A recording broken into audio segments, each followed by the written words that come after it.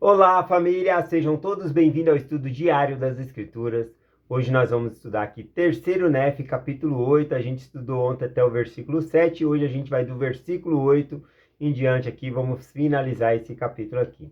A Sister Claudiano já está dormindo. Tem regras, né? Já está dormindo já, foi dormir cedo. Então, eu vou trazer ela ainda aqui, principalmente no estudo de terceiro Nef 11, que ela tem uma mensagem para compartilhar com a gente. Tá bom? Então a gente ainda vai ter ela aqui com a gente. Mas preciso gravar mais cedo, né? Porque ela tem um horário diferente lá para descansar. Bom, enfim. Vamos aqui então no nosso estudo de hoje. Terceiro Nef, capítulo 8, do versículo 8 em diante. E aqui vai falando das destruições das cidades. Diz assim: E a cidade de Zaraela incendiou-se, e a cidade de Moroni submergiu nas profundezas do mar, e seus habitantes afogaram-se.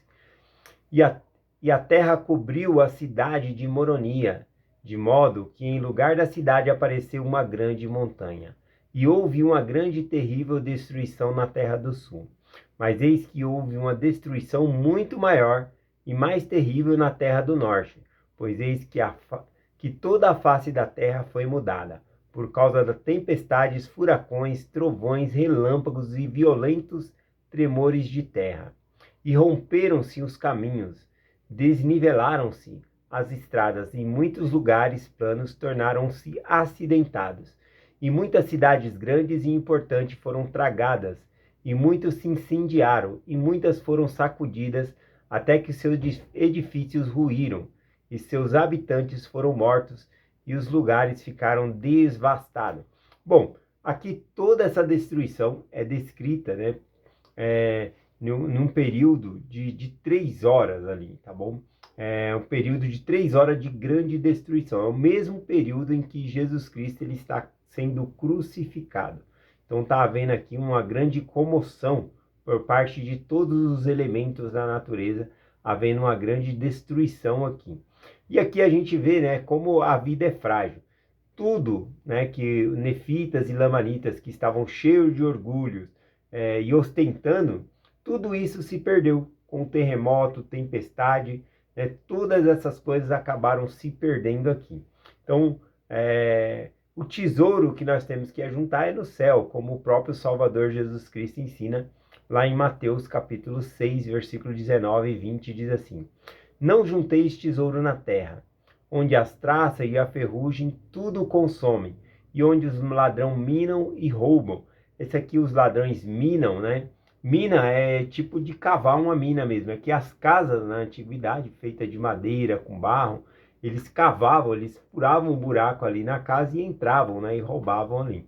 Então não há tesouro dentro da casa que está seguro. Então os ladrões mesmo. Está falando, juntar tesouro não deve ser na casa, é juntar tesouro no céu. Essa é a ideia aqui. Ele diz aqui, ó. Mas juntai tesouro no céu, onde nem as traças nem as ferrugem consomem, e onde os ladrões não minam e não roubam. Porque onde estiver o vosso tesouro, aí estará também o vosso coração. Então, aqui o próprio Salvador Jesus Cristo ensina sobre juntarmos tesouro no céu, onde não há destruição. Aqueles que juntaram aqui tesouro na terra foram perdidos, né? Todos esses tesouros foram perdidos aqui.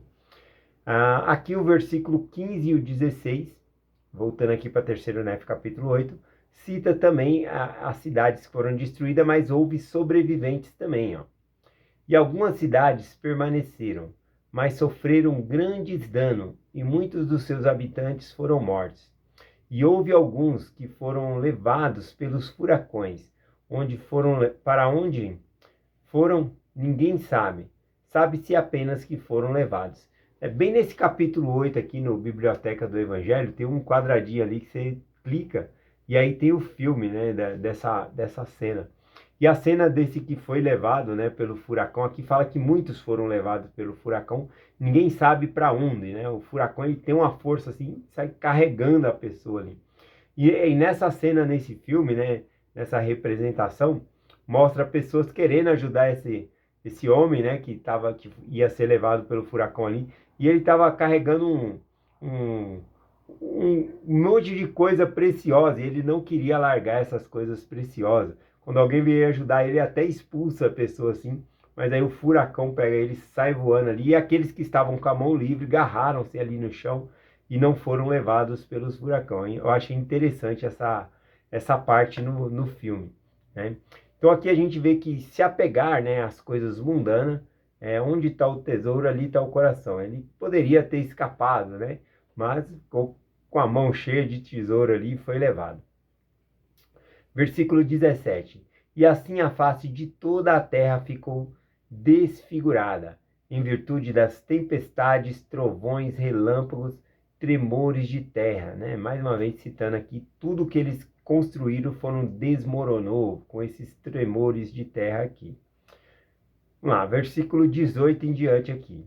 E eis que as rochas se fenderam ao meio, e elas foram despedaçadas em toda a face da terra, de tal forma que foram encontradas em fragmentos, e rachadas e partidas de toda a face da terra. E aconteceu que quando cessaram os trovões e os relâmpagos, e tormentas, e tempestade, e tremores de terra, eis que duraram cerca de 3 horas, sendo dito por alguns que durou durante mais tempo. Contudo, todas essas coisas, né, grandes e terríveis, duraram cerca de 3 horas. E então eis que houve trevas sobre a face da terra.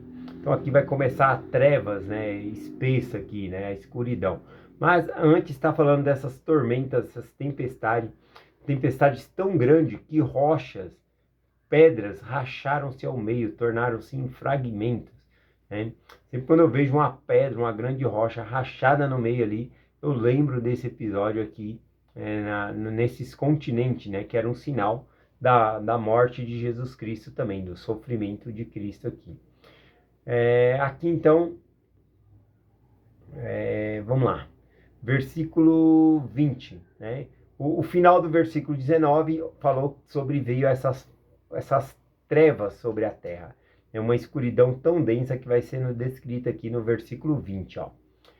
E aconteceu que houve trevas espessas sobre toda a face da terra, de modo que todos os habitantes que não haviam caído podiam sentir o vapor da escuridão. Então aqui fala trevas espessas, espessa como se fosse grossa mesmo. Essas trevas espessas aqui, por mais que nós tentamos dar explicações de vulcões, coisas que poderiam ter sido acontecido e dado aqui, essa escuridão aqui ela é diferente em algo que não dava para acender nada. Havia uma grande escuridão. Essa mesma treva espessa aqui que é mencionada aqui é a mesma treva que teve lá no Egito, na praga do Egito, para que Faraó libertasse os filhos de Israel, tá bom?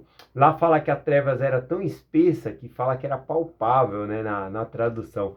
Pelo menos na minha tradução tá assim, ó, Êxodo capítulo 10, versículo 21. E então disse o Senhor a Moisés, estende a tua mão para o céu, e virás trevas sobre a terra do Egito, treva que se possa apalpar. Era uma treva tão densa, né, que dava quase para você pegar com a mão, assim. Era uma escuridão muito densa descrita ali, que não havia como acender fogo, ter luz, nada. Só que lá no Egito, o Senhor fez distinção, tá bom? Entre os egípcios que ficaram com as trevas exteriores, as trevas espessas ali, né, quase palpável mesmo, e os israelitas, eles não ficaram em trevas, tá bom? O Senhor fazia distinção nas pragas ali do Egito. Então é essa mesmas trevas aqui que ele está sentindo. Isso aqui tem um simbolismo também para nós, né? Aqui acabou de morrer Jesus Cristo, ele havia morrido. E sem Cristo, o que há? Trevas. Por quê? Porque ele é luz. O sinal do nascimento de Cristo foi luz. E o sinal da morte dele foi trevas. Bom, versículo 21 aqui, continuando. E por causa da escuridão não podia haver luz, nem velas, nem tochas, nem conseguiram fazer fogo com a sua lenha fina, extremamente seca, de modo que luz nenhuma foi possível haver. Então veja que é uma trevas aqui, né, de uma magnitude, né, que nós não conseguimos entender. E não se havia luz alguma. nem fogo, nem lampejo, nem sol, nem lua, nem estrelas, tal densidade de vapor da escuridão que estavam sobre a face da terra. E aconteceu que as trevas duraram pelo espaço de 3 dias, nos quais não foi visto luz alguma. E houve grandes lamentações e gemidos, prantos entre todo o povo. Continuamente, sim, grandes foram os gemidos do povo por causa das trevas e da grande destruição que sobreviera. Então, essas trevas, ela durou todo o período em que Jesus Cristo morreu até o momento da ressurreição. Os 3 dias ali, exatamente os 3 dias de treva espessa, né, que houve aqui, nas Américas aqui. Versículo 24 e o 25 finaliza o nosso capítulo de hoje aqui.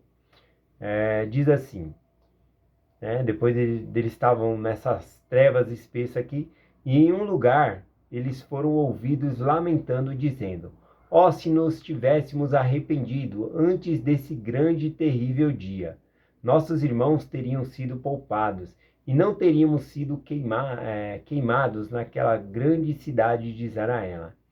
Em outro lugar, eles também foram ouvidos queixando-se e lamentando-se, dizendo: ó, se tivéssemos nos arrependido antes dessa grande e terrível dia, e não tivéssemos matado e apredejado e expulsado os profetas, então nossas mães, nossas belas filhas e nossos filhos teriam sido poupados e não teriam sido enterrados naquela grande cidade de Moronia. E assim grande e terrível foram os gemidos do povo. Então, veja a lamentação que eles entraram aqui. Uma palavra que me chamou muita atenção aqui nesses últimos 2 versículos, falando sobre o arrependimento tardio aqui, né? E se nós tivéssemos no passado, né? Coloca no passado. Se nós tivéssemos nos arrependido. Tem uma frase do Robert Derreira, do Coro dos 12 Apóstolos, na conferência de 2012, abril de 2012, ele trouxe uma palavra de um poeta, né? Ele colocou assim, ó, como nos lembra o poeta, de todas as palavras tristes proferidas ou escritas, a mais triste são essas, poderia ter sido. A frase é de John Graf Richner, tá bom? Então, das frases mais tristes que poderia se dizer ou se escrever poderia ter sido. É um arrependimento tardio, não dava mais para fazer nada. É igual na parábola, né, das 10 virgens, né? 5 prudentes e 5 lá não eram prudentes. E quando vem o noivo, não é mais tempo de preparar. Quem está preparado está na hora ali, não tinha mais como se preparar. Então, aquelas que não estavam preparadas não iriam entrar para a bodas do Cordeiro, né? Para a festa do Senhor. Então, é isso que acontece. Sobre se preparar, eu separei duas escrituras aqui. Jeremias 8:20 diz assim: e já se passou a ceifa, e já se acabou o verão, e nós não estamos salvos. Ele faz aqui uma analogia, né? Que quando o campo está branco para a ceifa, ou colher, por exemplo, a uva, né? Quando está na época de colher, tem que colher rápido. Por isso que os trabalhadores da vinha, o senhor da vinha contrata vários trabalhadores, porque se passar do ponto ali, se estraga a uva. Então tem que ser rápido.